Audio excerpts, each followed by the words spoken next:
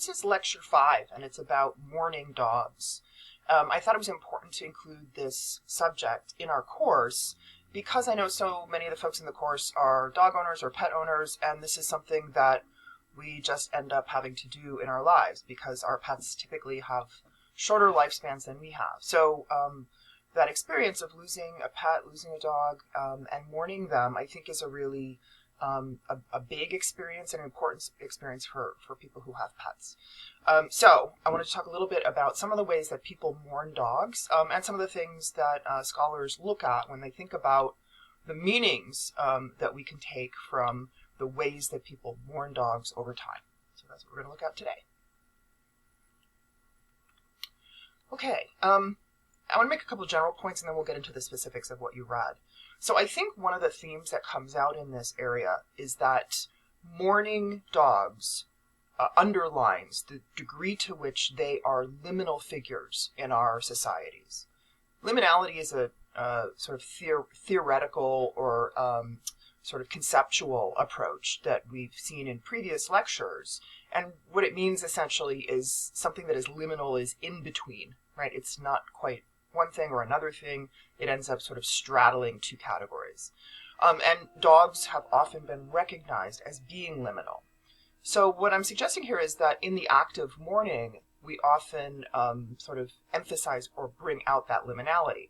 So for example, dog or pet burials often show a struggle of people trying to sort of situate dogs as either pets or as family members and using different kinds of both physical markers and language that seem to go between those two categories. Likewise, writing obituaries for pets, which is something, as you read, that has been contested or debated at times. And the reason is, again, I think that liminality. Are pets worthy of a biography and the public record that an obituary includes, or not, right? How do we value different kinds of beings, and how do we honor their lives? So a lot of what I think these articles are trying to get at is that sort of in-betweenness, and how people navigate between, for example, private versus public recognition of pets and private versus public mourning, right? Mourning takes various forms, both across different societies. There's a lot of cross-cultural variation in how people mourn, and it also varies across individuals. But for many of us, mourning other human beings has at least some kind of public element. It's common to, for example, put something in public that is a memorial or a remembrance of that person. So again, trying to figure out how to honor pets and how the rest of society responds when people honor pets in public is one of the things we'll deal with in this unit. So what I'll say in general then is basically how we memorialize those who have passed, both humans and dogs, says a lot about how we imagine their living place in our families and in our societies. So in other words, looking at these memorials will tell us something both about dogs and how they were considered and about the humans who were their owners or just people around them. Okay, so we're going to start with pet burials. And you read an interesting article by Torini, who is really doing sort of the archaeology of pet cemeteries, which is a super fascinating subject. And the way that Torini did this was to basically look at 3 cemeteries in England, the burials at which stretch from the 19th century to the 20th century, and look at what's in there, right? What are the headstones like? What can we tell about people's attitudes towards pets? And how those attitudes have changed over time. So one of the cemeteries is from the 19th century. So it really reveals something about what is actually, we'll talk about this in a second, actually a really kind of important era in our modern understandings of pet keeping, which is Victorian England, 19th century England. And so in this Victorian cemetery, one of the things that he started to see in terms of like what people put on the headstones, etc., was that how people were memorializing their pets was parallel to discourses in society at that time and how people were understanding other humans and families. So the Victorian era was an era when the concept of family life and domestic life was very important. So the idea of a certain model of the family centered on the home was very kind of socially present in how people thought about the world. So at that same time, there was a growing discourse about animals and animal welfare and the increasing importance of pets as members of the family. This is sort of at a moment of transition when, keeping pets was sort of not fully accepted to keeping pets being considered an integral part of what a family is and what a home is. So again, Trini is seeing reflected on gravestones in this pet cemetery, this shifting set of ideas and values regarding family life, and again, including the pets who are now considered sort of quasi-members of that family. So, for example, the Victorian era idea that families would be sort of recreated in heaven after death, right? That you'd sort of meet again after passing, is also starting to be suggested in how people talk about their pets on these headstones. The idea that there is an afterlife for dogs, right? That you may meet again in heaven in the afterlife, right? So these were relatively new ways of conceptualizing what these pets are as beings, right? The idea that you might reunite with your dog in heaven was a fairly novel idea. And he, again, is seeing this coming out through these headstones and the epitaphs on them. So again, Trini's looking at 3 different pet cemeteries. So it's spanning a period of time. And therefore, you also get to see change over time. In the 20th century cemeteries, he's seeing some of the same changes that we talked about earlier, right? You read an earlier article about the language on headstones, particularly in the 20th century. And Trini is noting some of those same things, right? That there's especially sort of post-World War II, there's a shift from animals being really considered to be pets or to be different than humans to animals being referenced really as family members. And the language about kinship, right? Mom or dad, right? So, again, we have these sort of 2 themes. A growing sense of pets as members of the family and as sort of members that are also part of the spiritual life of the family, right, including the afterlife of the family, and that they are more and more like the human members of that family. They're considered more and more parallel to the human members of that family. One of the other things I'll note about cemeteries is that Torini notes as well, and it's another big theme in this unit, I think, is one of the things that cemeteries are in general, whether they're for humans or for dogs, is that they're a site of public mourning. So it's not only that you are marking the person or dog that you lost, right? So it's partly for the individual or family that experienced that loss, but it's also that you are in a space among other grievers. So there's a shared experience of going to that place and of doing that remembering, even with sort of the strangers who are in a similar situation. So there's something collective and public about the act of putting someone, human or dog, in a cemetery that also, again, has tremendous social significance. Before I was going to go on to the next point, but I wanted to show you this too. If you're interested in this phenomenon of pet cemeteries, which, to be honest, I wasn't that familiar with them until I started looking into this issue. There are some still existent. There are several in Illinois. There's a big cemetery in Hinsdale, Illinois, which has been there for 100 years. And you can see here some images from it and from its website. I think the more recent, more modern approach to losing pets has been more commonly cremation. That certainly has been my experience with pets that I've lost. But this idea of, and part of what I'm getting at here is cremation often then becomes a more private memorial for your pet, right? Because you keep those remains in your home.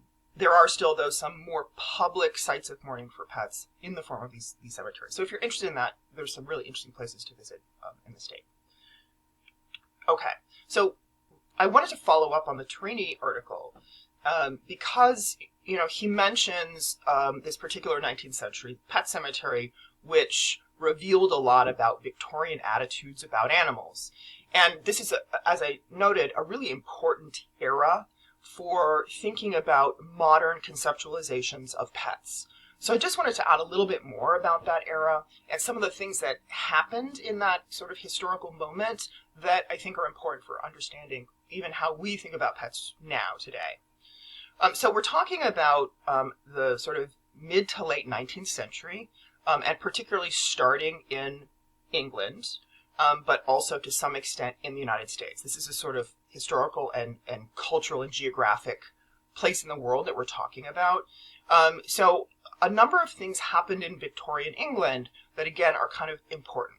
So part of it is what Torini was talking about, that in the Victorian era, family life was really elevated as sort of like the center of your world was like the family centered on a sort of domestic space, a home. And pets began to be not only accepted, which again, as I suggested, like before this period, it was not nearly as common. In fact, was kind of a marginalized activity to keep an animal that you kept as sort of like a named animal that you might keep in your home, right? Of course, people keep animals in other contexts as work animals, etc. But this moving an animal into your home who's not going to be doing any work, but is there basically as another member of the family, that was relatively new. So pets during the Victorian era not only being accepted, but being integrated into family life, and people starting to develop emotional attachments to them. So you see that in some of even the slides on, or the images on the slide. So on the left, we have Queen Victoria, right, for whom this word Victorian was named, with her pet dog, right? So again, the idea of even a high-profile person having a pet in the sort of traditional, or in the sense that we understand it today, right? Having a close emotional, personal relationship with a pet dog. So you see some other images on the screen here, which again are locating pets in a family space inside of a home, and the importance of that as a change in people's understanding. Pets during that era also became a status symbol. So part of what it meant for people to own pets was that they were of a status or of a class that they could do so, right? So particularly, again, this is also the era of an increase in dog breeding. So particularly more unusual dogs, and especially dogs that were further from the standard work dog, right? Like people were familiar with dogs that were work dogs, that had certain roles, that were on farms and in other kinds of spaces. But smaller and more unusual breeds that were basically dogs that were for nothing but companionship started to carry status, right? They indicated that the owner of that dog was of a higher class. So there were some interesting things that came out of that. This is also an era which is the sort of beginning of portrait photography, right? Studio photography, when people would sort of go to sit for a portrait. And one of the things that I learned while I was doing this, the research for this lecture, is that sometimes people would request that their portrait include a dog, and the photographer would get a hold of a dog to be in their picture. So it wasn't even their dog. It was like a prop, right? Because the dog meant something to the people who would see this photo. And again, particularly small and less common and kind of non-work breeds were the ones that had that social status. So you see a couple of examples here. On the right is a sort of satirical cartoon from the 1880s about the stylishness of people's pets, right? So you see particularly these exaggerated breeds, right? So dogs that have been bred to have these very sort of specific, unique appearances as a status symbol for this woman who's walking them along. As I mentioned, this is also the era, it went along with this idea of people becoming more interested in pets and keeping dogs. This is the era when modern dog breeding that we understand today, like all the breeds in the AKC, right? This really developed and became a popular pastime when people started really working to develop lots of different breeds that had like very specific characteristics, right? So if you follow sort of contemporary dog breeding at all, or if you ever watched, for example, like the National Dog Show or the Westminster Dog Show, which are really fascinating things to watch if you haven't seen them, those are examples of the sort of extreme to which dog breeding has gone, right? So it's so specific what a certain breed is and what the qualities should be that they now can judge them in these super fine-grained ways of what like the perfect example of a particular breed is, right?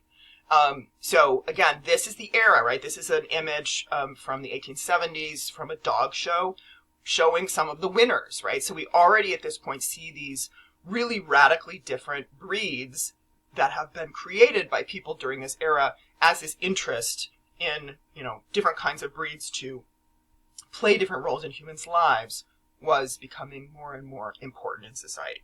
So again, this is just a sort of sidebar on some of the stuff happening in that era that coincides with one of the pet cemeteries that Torini looks at and talks about in that article. So that's burials. The other kind of memorialization that came up in the readings for this week is obituaries. And this is another interesting one because of what it shows us about how people think about animals, particularly dogs, and also how people imagine really sort of the value of life in general. As you read, obituaries dedicated to pets have been somewhat controversial over time. They have caused debate, particularly the publishing of pet obituaries in regular newspapers, right? So I know newspapers, like paper newspapers at this point, feel like something from 1,000 years ago, but newspapers have obituary sections, right? And particularly for local communities, it's often a really important thing because it's really announcing not only that a certain family is in mourning, but it's announcing to the people in that community, right, about the passing of somebody. So this is a long-standing part of newspapers in the United States, an obituary section that people put an announcement with often a biography attached to it in the paper about the passing of a person. So, not surprisingly, some pet owners have wanted to do a parallel obituary at the point of one of their pets passing. And again, that has caused a lot of debate about whether having a pet obituary alongside or in that same exact section as a human obituary is appropriate or, from some people's perspective, disrespectful, right? So this raises a lot of questions, and these are the kinds of questions that the Desmond article is asking. And the questions are things like, are pets worthy of their own biography and of being a part of the public record? That's the other thing that Desmond notes. When you publish an obituary in a newspaper, it becomes part of the public record, right? It's sort of on the record that this happened, and it's on the record that this pet's life was remembered and documented in this way, right? So are pets worthy of that or not, right? That's the debate. And who or what is an appropriate object of mourning? And then when and where do we have the right to mourn those objects of mourning, right? People versus pets in this case. Part of what accompanies this issue is changes in the form of obituaries themselves. Obituaries used to be written by the newspaper staff. So it was like any other piece of journalism. So, a journalist or whoever, the newspaper person who was in charge of the obituary section, would track down the information about people who had passed and compose this sort of summary or biography of them to put in the paper, right? So it was considered a sort of journalistic exercise. At a certain point, that changed, and it became what is in place still today, which is that you buy space in the paper to post an obituary, and you write it yourself, like the family writes the obituary and decides what to say about the person, right? So one of the things that switch did is it put a certain amount of power or leeway in the hands of everyday people to write an obituary and to say what they want and to do it in the way they want, right? So you could improvise a little bit or expand the form and also expand in ways like the tone, right? So there have been some people, for example, who have written sort of almost satirical or funny obituaries, even about the passing of human family members, which is a very different approach to obituary writing than used to be when the newspapers themselves were producing those pieces of writing. So we do see some changes, right? But again, they're often or have been kind of controversial, including certainly posting a full obituary just for a pet, but also things like listing dogs as survivors in an obituary of a human, right? If you've read an obituary, you know that one of the pieces that it usually includes is, this person is survived by. So there's a kind of listing of the immediate family. And some folks have started taking to including pets in that list of survivors. So the question of obituaries in newspapers is kind of complicated in a way by modern media, right? So there's all kinds of ways and places to put a pet obituary online, for example. So I just put one example on the slide here from a site called Pet Heaven. There's lots of sites where you can post your own obituary or memorial of your pet on a site that becomes a sort of public record in a way of, again, this thing that happened. But clearly that's different, right? The folks who are going to go to Pet Heaven or going to go to one of those sites are going to be primarily or exclusively the people who have lost animals, right? People who are seeking out that information. One of the differences that Desmond notes is when the obituaries are published just in the general newspaper, they go out to the general public. So they're exposed to everybody in a community, whether they have a pet or not, right? So it's a much more far-reaching and more general announcement of what a pet's life meant and what a pet's death means than something like an online site that's specifically just for that. So obituaries really are about what values we assign to a being's life. If we assign value to that being, then documenting their life story after they pass becomes important or seems appropriate and necessary.